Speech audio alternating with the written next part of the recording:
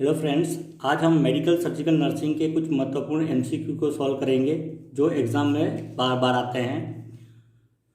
Question 1, when pulse rate is less than 60 beat per minute it is called a bradycardia, B bradypnea, C tachycardia, D tachypnea. तो right answer है bradycardia. Tachycardia का अर्थ होता है pulse rate का बढ़ना और टेकिपनिया का अर्थ होता है रेस्पिरेशन रेट का बढ़ना। नॉर्मल पल्स रेट जो होती है वो एडल्ट के अंदर 60 टू 100 बीट पर मिनट होती है। न्यू बॉर्न में ये 100 टू 160 बीट पर मिनट होती है। 1 to 3 ईयर चाइल्ड के अंदर ये 80 टू 130 होती है और 3 to 5 ईयर के अंदर ये 80 टू 120 होती है। जबकि रेस्पिरेशन रेट जो होती है नॉर्मल वो होती है एडल्ट के अंदर 12 टू 20 बीट पर मिनट और 0 से 1 ईयर तक के बच्चे के अंदर होती है वो 30 बीट पर मिनट और 1 to 3 ईयर में होती है 25 beat per minute. Question second, restriction on the movement of people to prevent the spread of disease is called A quarantine, B isolation, C detention, D separation. तो right answer quarantine. Quarantine जो है वो epidemic और pandemic disease के अंदर use किया जाता है, जैसे कोरोना में किया गया था। आइसोलेशन जो होता है वो पर्सन जो है उसको सेपरेट करना होता है किसी और से, ये बैरियर नर्सिंग का एक पार्ट है। Question third, hydrophobia is a disease in which the patient A show normal behaviour, B feel drowsy and sleepy, C is scared of the water and D drink lot of water. तो answer इसका रहेगा scared of the water. Phobia refer for fear, डर। तो hydrophobia, hydro refer for water, तो water से डर मतलब पानी से डर लगता है उसको हाइड्रोफोबिया कहते हैं। और ये रेबीज का साइन है जो डॉग बाइट से होता है।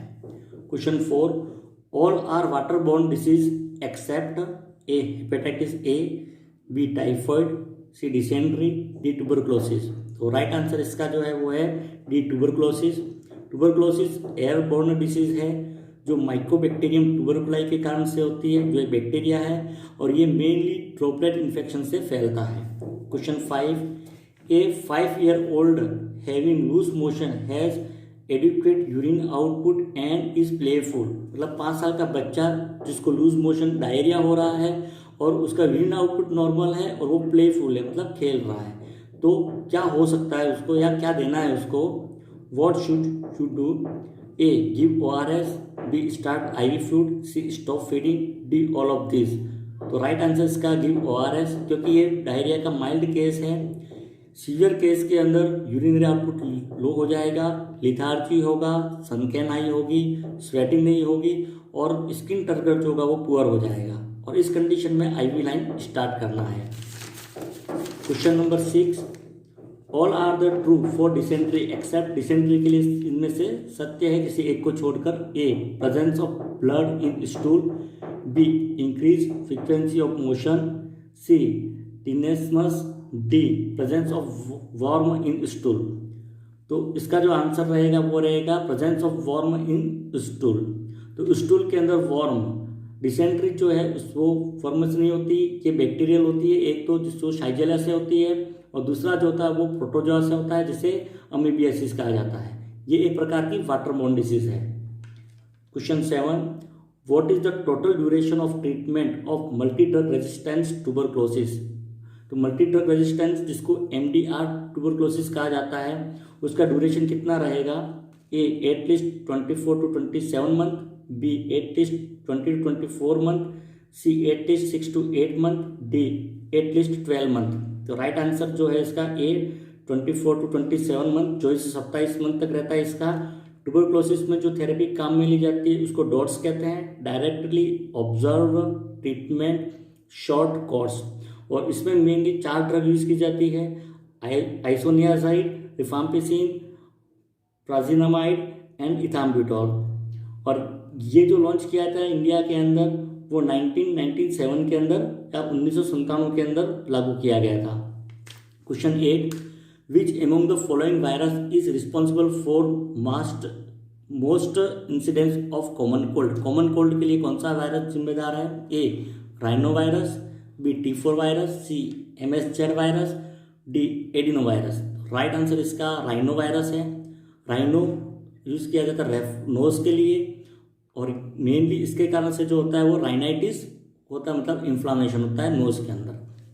Question 9, all among the following complication of hookworm infestation except, hookworm के कारण से कौन सा कॉम्प्लिकेशन होते हैं एक को छोड़कर?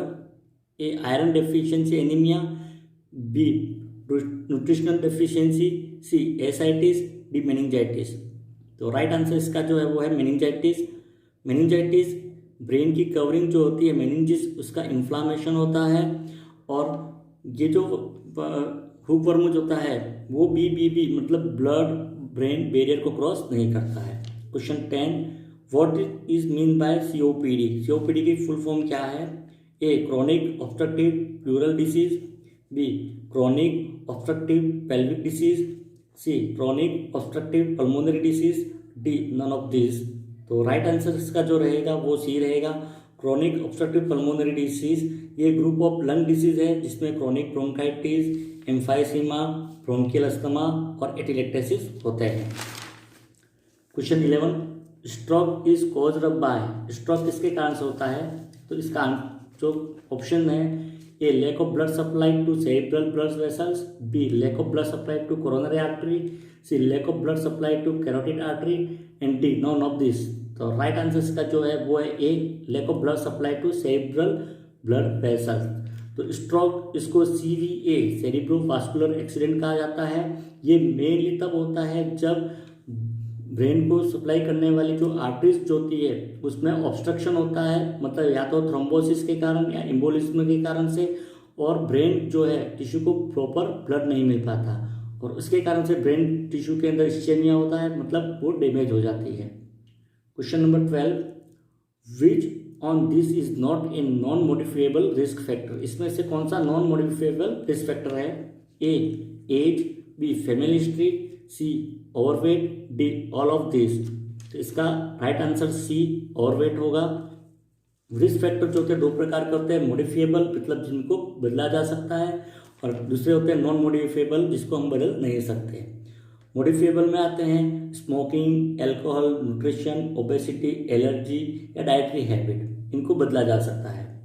नॉन मॉडिफिएबल के अंदर जो आते हैं age, heredity, family history, genetics या कंजेनाइटल प्रॉब्लम।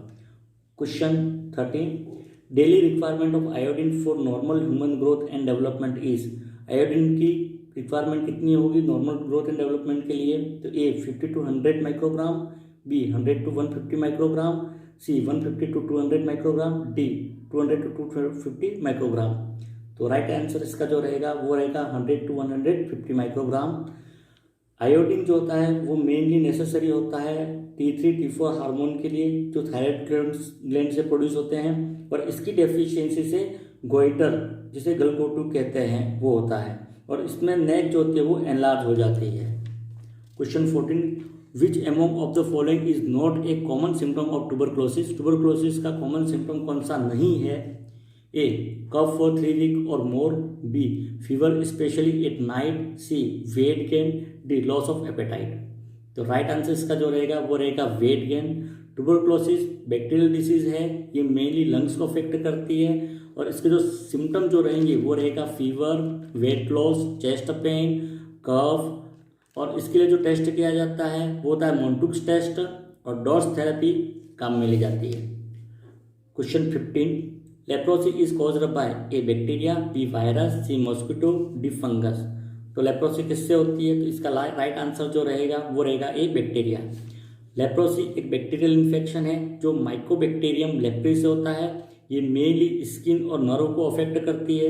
इसके लिए मल्टी ड्रग ट्रीटमेंट जो है वो काम में ली जाती है, और नेशनल लेप्रोसी कंट्रोल प्रोग्राम जो था इंडिया में वो 1955 के अंदर लॉन्च किया गया था। Question 16, beta blocker and ACE inhibitor are prescribed for the management of? Beta blocker और एसी इनहिबिटर किसके लिए दी जाती है? A diabetes, B hypertension, C COPD, D none of this. तो राइट आंसर इसका जो है वो हाइपरटेंशन। बीटा ब्लॉकर मेनली जो होती है वो वेसोडाइलेटर होती है, ब्लड वेसल्स को डायलेट करके ये ब्लड प्रेशर को कम करती है। इसमें जो काम में ली जाती है वो ली जाती है एटिनोनॉल, प्रोपेनोलॉल इत्यादि। एसी इनहिबिटर जो होती है वो एंजियोटेंसिन कन्वर्टिंग एंजाइम जो होता है वो इनहिबिटर होती है। ये मेनली एंजियोटेंसिन एंजाइम जो था उसको इनहिबिट करती है, और इसके कारण से किडनी के अंदर जो वाटर का रिएब्जॉर्प्शन जो होता है वो कम हो जाता है, और इससे ब्लड यूरिन जो होती है उसको डाइल्यूट करने का ये काम करती है। इसमें जो ड्रग काम में ली जाती है वो है enalapril. Question 17, opacity of the lens is known as, lens का अपारगम्य होना कहलाता है A cataract, B glaucoma, C trachoma, D stye. तो राइट आंसर जो है वो कैटरेक्ट है। कैटरेक्ट लेंस की ओपेसिटी को कहा जाता है, इसमें ब्लड विजन या ब्लाइंडनेस होती है। Question 18, in shock one should preferable not use, shock की अवस्था में क्या काम में नहीं लेना है, A normal saline, B dextrose normal saline, C dextrose, D Ringer lactate. तो राइट आंसर इसका जो है वो है dextrose 5%। Shock mainly circulatory collapse होता है, ये मेनली फ्लूइड वॉल्यूम टिश्यू या सेल के अंदर फ्लूइड वॉल्यूम की डिफिशियंसी के कारण से होता है, मतलब सेल और टिश्यू में फ्लूइड वॉल्यूम कम हो जाता है। D5 जो रहेगा वो ब्लड वेसल्स के अंदर ब्लड की कॉन्सेंट्रेशन को बढ़ाएगा, जिसके कारण से फ्लूइड जो होगा वो सेल और टिश्यू से निकल के ब्लड वेसल्स में आएगा, तो सेल और टिश्यू में ब्लड की कमी हो जाएगी, तो शॉक की कंडीशन और ज़्यादा बढ़ जाएगी। उस अवस्था में डेक्सट्रोज जो होता है वो अवॉइड करना चाहिए। क्वेश्चन 19, क्लिनिकल साइंस इन टिटेनस, टिटेनस में कौन से साइन दिखाई देते हैं, ए कॉप्टिक स्पॉट, बी सूडोमेम्ब्रेन, सी ओपिस्थोटोनस, डी हाइड्रोफोबिया। तो राइट आंसर इसका जो है वो है सी ओपिस्थोटोनस। ओपिस्थोटोनस का मतलब होता है मेनली मसल्स जो होती है उसमें स्पाज्म होता है, और स्पाज्म के कारण से हेड, नेक और स्पाइन जो है उसमें बैकवर्ड आर्किंग हो जाती है, मतलब धनुषाकार हो जाती है। इसमें जो दूसरा आंसर दिया कॉप्टिक स्पॉट मिजल्स में होता है, सूडोमेम्ब्रेन डिप्थीरिया में होती है, और हाइड्रोफोबिया रेबिस के अंदर होता है। Question 20, what is true about oedema, oedema के लिए कौन सा सत्य है, A it is fluid retention in body, B affected tissue become swollen, C it is reversible, D all of this. तो इसका राइट आंसर जो रहेगा वो रहेगा सी इट इज रिवर्सिबल। ये रिवर्सिबल होता है, मतलब एडिमा होता है, कुछ समय बाद एडिमा जो है वापस ठीक हो जाता है। एडिमा मेनली फ्लूइड जो है उसका इंटरस्टिशियल स्पेस जो होता है उसमें इकट्ठे होने के कारण से होता है। 21, कोलेरा इज ए, कोलेरा है A water borne disease, B air borne disease, C genetic disorder, D none of this. तो इसका राइट आंसर जो है वो A water borne disease. Cholera एक बैक्टीरियल डिसीज है जो विब्रियो कोलेरा के कारण से होता है, और इसमें राइस वाटर स्टूल जो होता है इस तरह का डायरिया होता है। 22, in atherosclerosis the blood vessels become, तो एथेरोस्क्लेरोसिस के अंदर ब्लड वेसल्स कैसे हो जाती है, A thick and stiff, B fragile, C elastic, D none of this. तो राइट आंसर इसका जो है वो है थिक और स्टिफ। एथेरोस्क्लेरोसिस मेन कॉज होता है सीएडी, कोरोनरी आर्टरी डिसीज का, जो मायोकार्डियम को ब्लड फ्लो कम करता है, साथ ही हाइपरटेंशन का भी एक कारण होता है। 23, which problem occur after gastrectomy, gastrectomy के बाद कौन सी प्रॉब्लम होती है, A haemolytic anaemia, B pernicious anaemia, C iron deficiency anaemia, D haemophilia. तो इसका right answer B pernicious anaemia. Vitamin B12 जो होता है विटामिन बी, उसका एब्जॉर्प्शन स्टोमक में होता है, और गैस्ट्रेक्टोमी के कारण से स्टोमक रिमूव होता है तो एब्जॉर्प्शन नहीं होगा। Question number 24, collection of fluid in peritoneal cavity is called, peritoneal cavity में फ्लूइड के कलेक्शन को कहा जाता है, ए एसाइटिस, बी पेरिटोनाइटिस, सी पेप्टिक अल्सर, डी एब्सेस। तो इसका राइट आंसर जो है वो है ए एसाइटिस। एसाइटिस का मतलब होता है पेरिटोनियल कैविटी के अंदर फ्लूइड का कलेक्शन होना। पेरिटोनाइटिस का मतलब होता है मेनली पेरिटोनियम जो होती है उसमें इन्फ्लामेशन होना। पेप्टिक अल्सर एक स्टोमक की प्रॉब्लम है जिसमें उसमें अल्सर हो जाता है, और एब्सेस का मतलब होता है कलेक्शन ऑफ पस। Question number 25, which protein help in blood clotting, blood clotting में कौन सी प्रोटीन हेल्प करती है, ए प्रोथ्रोम्बिन, बी एल्बुमिन, सी ग्लोबुलिन, डी लाइपोप्रोटीन। तो इसका राइट आंसर जो है ए प्रोथ्रोम्बिन। प्रोथ्रोम्बिन जो होता है वो एक प्लाज्मा प्रोटीन होती है जो थ्रोम्बिन में बदलती है, और थ्रोम्बिन थ्रेड के अंदर कन्वर्ट होने के बाद उसमें प्लेटलेट आके फंस जाते हैं, और उसके कारण से ब्लीडिंग जो है वो स्टॉप हो जाती है। Okay, thank you. More question के लिए प्लीज़ चैनल को सब्सक्राइब कर दीजिए, नोटिफिकेशन को ऑन कर देना।